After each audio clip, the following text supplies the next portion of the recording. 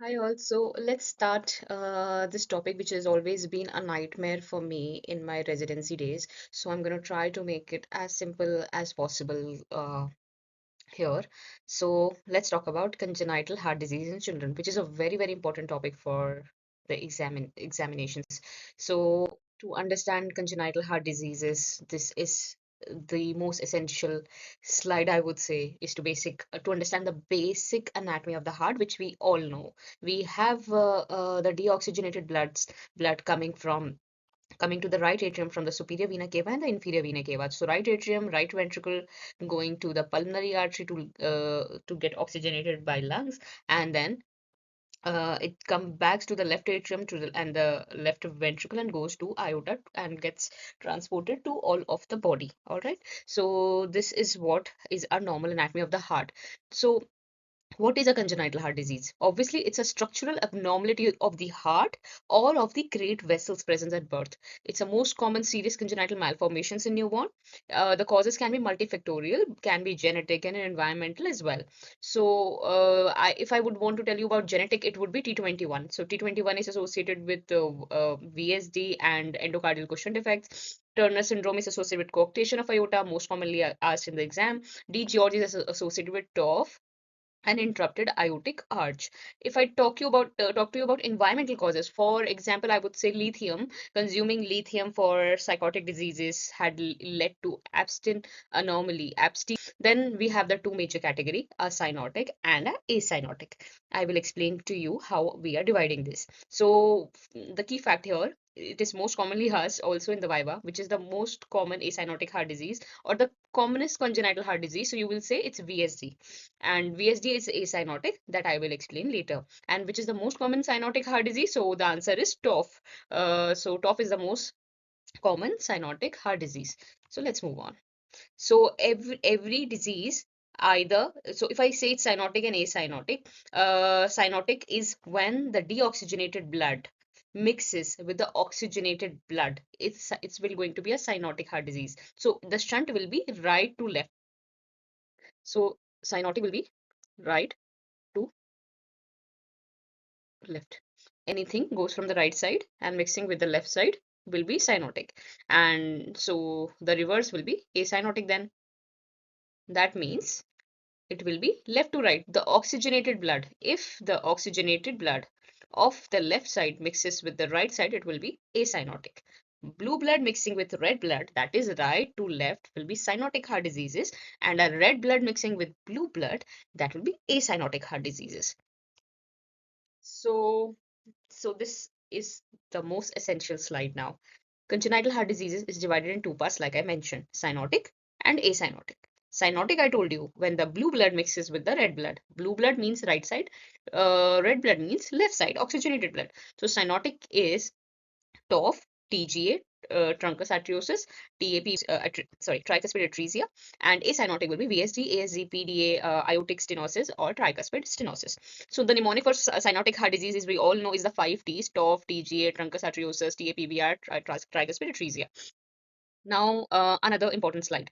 So, a cyanotic and a acyanotic. Cyanotic blue, acyanotic red. So, where is the blood flowing? I told you in cyanotic, the blue blood from the right side flows to the left side. So, deoxygenated contaminates our systemic circulation. So, the blood that was going from left atrium to left ventricle and to the aorta and to the rest of the body is contaminated by blood from the right side. So, it's deoxygenated to systemic. It is right to left. So if the blood is present throughout the body, where will the cyanosis will be evident? So it will be the central cyanosis that will be evident. So cyanosis will be central. And the saturations, obviously it's a mixed blood, oxygenated or deoxygenated blood. So the saturations will be borderline. So it will be borderline, right? So it will be less than 85%. But it will not respond to oxygenation. Why? Because it's not a lung pathology. Problem is not in the lungs. Problem is in the heart. So whatever 100% oxygen you give, there will be some mixing going on. So the deoxygenated blood will mix to the oxygenated blood, and again the blood will and the blood will become deoxygenated ultimately. So whatever amount of oxygen you will give will not going to make a difference. Pulses will be bounding in TGA, weak in severe. That's another thing. Chest X-ray, very important is there will be different chest X-rays that they will give you as an OSCE, wherein you will see the shape as TOF. So it will be a boot shaped in TOF and a X shaped in TGA. ECG, right ventricular hypertrophy is typically seen, and example are, as I mentioned already. For acyanotic, it is now oxygenated blood going to the pulmonary circulation. That means left to right. Oxygenated blood from coming from the lungs goes to the right side of the body. So cyanosis will be absent because obviously the blood is not that greatly deoxygenated and going to the body. So it's we do not see cyanosis in acyanotic. That's why they called acyanotic. Saturations are more than 95 here. Pulses normal or bounding. Bounding pulses are seen in PDA. You can see cardiomegaly and pulmonary plethora. Obviously the blood that is coming from the blood from the lungs goes to the right side, and the right ventricle will shift it back to the lungs. So again means the lungs will be overflooded with the blood. So you can see uh, then you can see cardiomegaly. Obviously, the heart will be failing because there'll be excess amount of blood coming to the heart, and then there'll be pulmonary plethora because excess amount of blood going to the lungs. ECG, you can see right ventricular hypertrophy, left ventricular hypertrophy, based on the pathology. Example, VSG, ASG, PDA, pulmonary stenosis, coarctation of aorta. So let's start with tetralogy of Fallot. This is the first cyanotic heart disease. It's the most commonest cyanotic heart disease, as I mentioned. It is characterized by four type of defects. So there'll be a VSD, which is large and mostly perimembranous VSD. There'll be a pulmonary stenosis leading to right ventricle outflow tract obstruction. There'll be dextro aorta. So there'll be overriding aorta, and there'll be right ventricular hypertrophy. So these four clinical features, these four anatomical defect comprises the TOF. So this is the mnemonic, PROV-D. So PROV-D means pulmonary right ventricle overriding aorta, VSD. Clinical feature, there'll be central cyanosis. Because it's a cyanotic heart disease, there'll be central cyanosis. The baby will be appearing cyanotic at birth. There'll be TED spells when the baby is in the infant stage, or a child or adult can have TED spells, hypercyanotic episode, which relieves with squatting. I have made a detailed video on TED spells, which you can check out later. Then there'll be boot-shaped heart. Very important question asked in the Vivas, MCQs, boot-shaped heart for TOF. There'll be single loud S2 sound and ejection systolic murmur. Why will there be a murmur? Obviously, whenever the blood is obstructed in flow, so there'll be, whenever there's a turbulent flow, there'll be a murmur. So why will be a systolic murmur?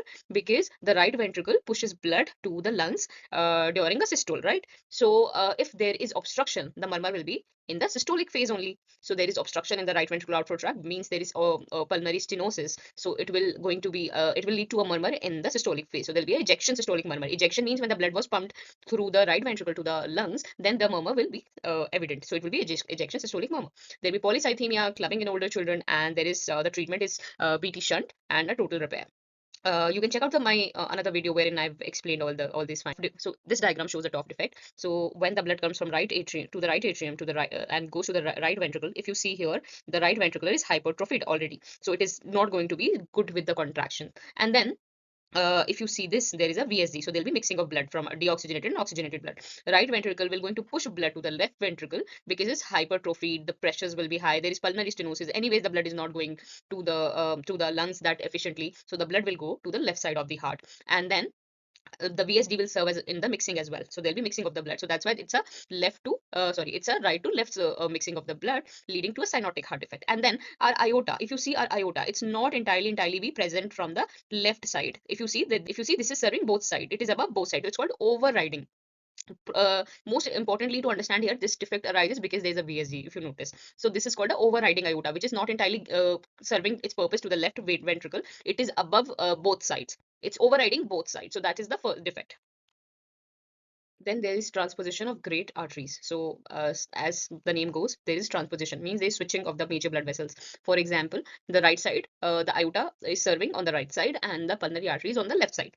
So this is not compatible with life, as in whatever blood is coming from the body and is going to the aorta, that means it's again circulated to the body and coming to the right side again. So this is one parallel circulation, and the other parallel circulation is the blood goes from comes to the left side of the body from lungs, and through the pulmonary artery goes to the lungs again. So there are two parallel circulation going on. So that way it is just not compatible with life. So let's understand this with the diagram. As you see, this is the healthy heart, right atrium, right ventricle, left ventricle. Here what happens that from the right atrium, the aorta is arising, and from the left side, the pulmonary artery is arising. So these are serving as parallel circulations from them for themselves. So PDA, if you see this patency here, is very important for the child to be alive, for it to be compatible with life. Otherwise, the child will not even survive. And we can also have a BSD or a ASD, some form of the other shunting that is needed for the baby to at least survive. So that is why whenever a baby is diagnosed with TGA, we would not want their PDA to be closed. We start directly with prostin, which is a prostaglandin that helps in keeping the ductus arteriosus patent. So this is how it is we manage these cases.